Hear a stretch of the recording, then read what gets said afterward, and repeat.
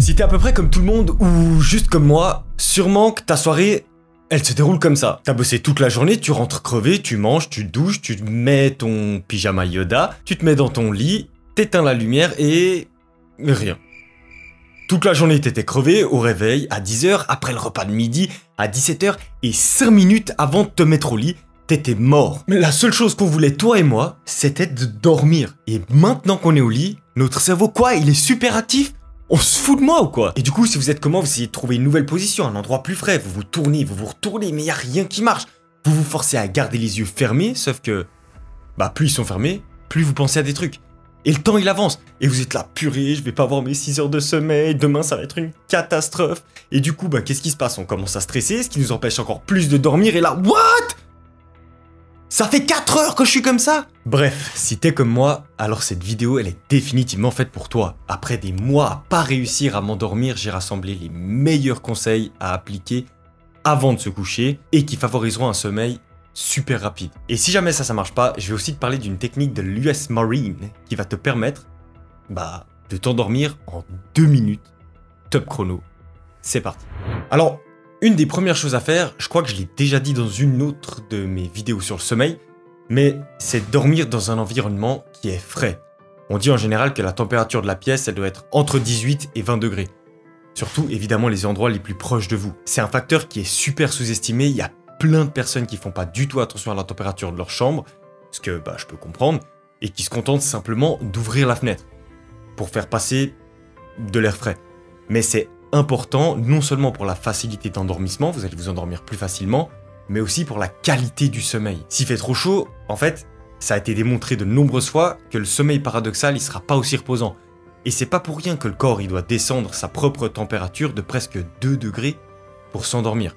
Évidemment, abusez pas non plus, je vous ai dit, 18 degrés, c'est bien, pas besoin d'aller chercher une hypothermie pour s'endormir. La deuxième chose simple maintenant que vous pouvez faire avant de vous coucher, eh ben c'est un peu l'inverse, c'est de prendre une douche chaude. Et là vous dites, oui mais tu viens de me dire qu'il fallait refroidir le corps, etc. Blablabla. Bla bla. Bon, pour ceux qui ne le savent pas encore, quand on s'expose à de hautes températures, le sang il est propulsé vers la peau.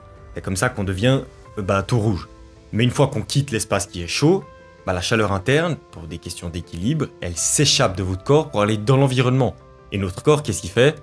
Il se refroidit. Et ça envoie un signal à votre cerveau qui dit, ah, tiens, le corps est en train de se refroidir, c'est peut-être le moment de s'endormir.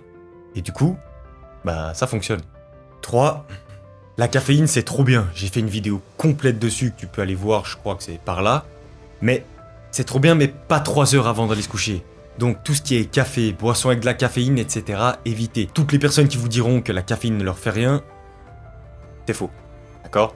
Arrêtez, c'est faux. Pour les fumeurs, en ce qui concerne la nicotine est un stimulant. Donc la clope avant d'aller dormir, ça fonctionne pas. 4e conseil, faire de l'exercice, c'est génial aussi. Vous serez plus fatigué le soir, mais il faut éviter d'en faire trop proche de l'heure du coucher. Parce que, vous pourriez rester réveillé un peu plus longtemps. Les siestes, c'est à peu près le même principe. Vous pouvez en faire, mais plutôt en début d'après-midi, et elles ne devraient pas dépasser 90 minutes. Je dirais que jusqu'à 15 heures maximum, vous êtes bon. La 5e chose à faire, arrêtez d'avoir des réveils ou des téléphones qui vous permettent de lire l'heure toutes les 2 secondes. C'est comme quand on est en classe, vous savez, vous vous souvenez quand vous étiez petit, la seule chose que vous attendez, c'est que l'heure elle se termine, mais elle devient interminable parce qu'on n'arrête pas de regarder l'heure. Et là, c'est la même chose. En plus, le fait de se rendre compte qu'on n'est toujours pas endormi à 1h du matin, ça fait qu'augmenter votre stress. Ce qui fait que ça vous empêchera encore moins de dormir. Et vous le savez sûrement aussi, mais le stress indique à votre corps et à votre cerveau que c'est le moment de s'activer. 6e conseil, je vais pas vous dire de pas utiliser les écrans à cause de la lumière avant de s'endormir. Tout le monde vous le dit, tout le monde vous le répète, vous l'avez entendu sûrement des millions de fois, et vous le savez très bien. D'ailleurs, c'est aussi important d'avoir la pièce la plus sombre possible. Mais ce qu'on sait pas forcément, c'est que si c'est important de ne pas s'exposer à la lumière le soir, c'est tout l'inverse pendant la journée. Il faut s'exposer au minimum 30 minutes par jour à la lumière du soleil. Et s'il fait nuageux, allez chercher un tout petit peu plus. 35, 40, 45 minutes. Ça favorisera grandement votre sommeil, sa mise en route et sa qualité parce que ça indique à notre cerveau le bon rythme biologique à suivre. Pour la 7e astuce, c'est tout bête, mais c'est important d'être détendu avant d'aller se coucher. Il faut éviter tous les signaux de stress vers votre cerveau, sinon il activera votre corps. Faites une activité qui vous détend avant de dormir. sais pas moi, méditation, lire un livre par exemple. J'ai découvert que lire un livre, ça marchait vraiment bien pour moi. Ça me plonge vraiment dans le bon mindset pour dormir. 8e conseil, on est des êtres d'habitude. Essayez de vous coucher et de vous lever toujours à la même heure, même le week-end. Et si vous sortez le soir, vous allez faire la fête, vous sortez en boîte, vous rentrez tard, essayez le lendemain de vous lever toujours à la même heure, même si c'est très difficile. Ça vous sauvera peut-être toute la semaine d'après. 9e conseil, si vous n'arrivez pas à vous endormir, ne restez pas au lit, ça sert à rien. Vous allez aggraver votre cas. Levez-vous et faites une activité qui vous détend jusqu'à être crevé. Et enfin, 10e conseil, évitez de regarder mes vidéos le soir. Faites-le plutôt la journée et surtout, abonnez-vous et likez les vidéos. Ça m'aidera à dormir beaucoup mieux. Bon, maintenant t'en es là, t'as tout mis en place, t'as tout essayé, tu te couches détendu, une bonne température, etc. et t'arrives toujours pas à dormir. Du coup, qu'est-ce que tu fais? Tu prends ton téléphone, tu vas sur YouTube, tu tapes comment s'endormir rapidement et tu tombes sur ma vidéo. D'abord, merci d'être là, merci pour les vues en plus, mais t'as enfreint la règle numéro 6. Mais bon, si rien ne marche vraiment, je vais t'expliquer la technique utilisée par les marines pour s'endormir en 2 minutes. Peu importe comment tu te sens et où tu te trouves. C'est ouf ça, non? Juste pour remettre un peu le cadre, faut savoir qu'il n'y a pas d'études scientifiques sur cette méthode. Rien ne prouve, comme je viens de le dire, scientifiquement, qu'elle marche, à part les témoignages des gens qui l'utilisent, et l'armée américaine a elle-même déclaré qu'elle avait entraîné les pilotes d'avions de chasse avec cette technique et que ça leur permettait de s'endormir même assis. Et ils ont même déclaré qu'après 6 semaines d'entraînement intense avec cette technique, 96% des pilotes étaient capables de s'endormir en 2 minutes top chrono. Alors comment ça se passe? C'est en fait une technique de détente. L'objectif, c'est de détendre tous les muscles du corps un à un en partant de la tête. Faut commencer par prendre une grande inspiration, fermer les yeux et se concentrer sur la partie du corps qu'on veut détendre. En commençant par le visage, il faut imaginer chaque muscle se détendre complètement. Il faut relâcher le front, les yeux, les joues, la bouche, la mâchoire et même la langue.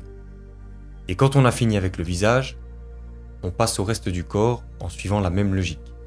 La nuque, les épaules, les bras, les mains, les doigts, et après le torse, le ventre, les jambes et finalement les pieds. Le but, c'est de réellement vous détendre et vous pouvez ajouter de la visualisation si ça vous aide, tant que tout est parfaitement détendu. Il faut essayer un maximum de se concentrer aussi sur la respiration. Ça vous permettra 2 choses. Ça vous évitera de vous focaliser sur des pensées perturbantes qui pourraient traverser votre esprit et ça vous permettra de détendre les muscles beaucoup plus précisément.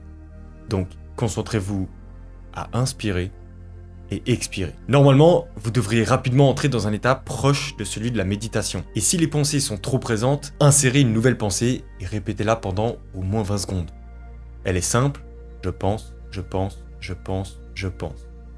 Ça habituera votre cerveau à avoir une pensée qu'il peut laisser passer sans y prêter attention. Et voilà, 2 minutes après, normalement, vous devriez être paisiblement endormi. Bon, je sais que ça paraît un petit peu compliqué et même impossible.